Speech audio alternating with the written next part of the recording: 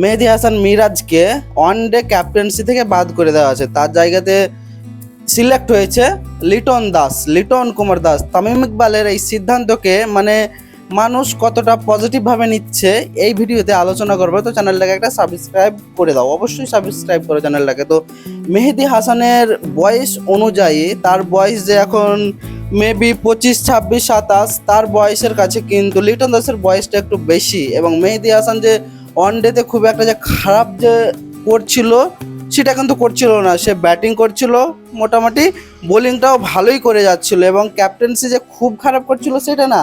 কিন্তু হঠাৎ করে মেহেদী হাসানকে সরিয়ে এখানে লিটন দাসকে সিলেক্ট করার এই তামিম ইকবালের যে এই যুক্তি, সেটা কিন্তু পোষাচ্ছে না, সাজছে না। কারণ লিটন দাসও কিন্তু টিমের কিন্তু অংশগ্রহণ থাকছে। মেহেদী হাসান মিরাজ যখন ছিল ক্যাপ্টেন, তখন লিটন দাস যে বাইরে ছিল বা সে যে ওয়ানডে ক্রিকেটে সুযোগ পাচ্ছিল না তা কিন্তু নয়, সে কিন্তু প্রতিনিয়ত সুযোগ পাচ্ছে। তো এখানে আমার মতে মেহেদী হাসান মিরাজ কিন্তু বেশি ভালো ছিল লিটন দাসের চাইতে। লিটন দাস তো অল ফরম্যাটের প্লেয়ার, সে টি20ও খেলে, ওয়ানডেও খেলে এবং ইভেন টেস্ট ম্যাচও খেলে। কিন্তু মেহেদী হাসান মিরাজকে এখন আপাতত টেস্ট এবং ওয়ানডে দলেই দেখা যায়, টি20 দলে মেহেদী হাসান মিরাজকে খুব একটা দেখা যায় না। তো এই ওয়ানডে ক্রিকেটটা আমার মনে হচ্ছিল মেহেদী হাসান মিরাজের জন্য বেস্ট ছিল ক্যাপ্টেন্সির জন্য। যদিও টিমে থাকবে মেহেদী হাসান মিরাজ, হ্যাঁ, দল থেকে তো আর বাদ যাবে না। ওয়ানডেতে সে প্রতিনিয়ত পারফর্ম করবে এবং সুযোগ পাবে, এই বিশ্বাসটা আছে। তবুও ওয়ানডেটা, বিশেষ করে শুধু ওয়ানডেটা মেহেদী হাসান মিরাজেরই কিন্তু প্রাপ্য ছিল। এখানে লিটন দাস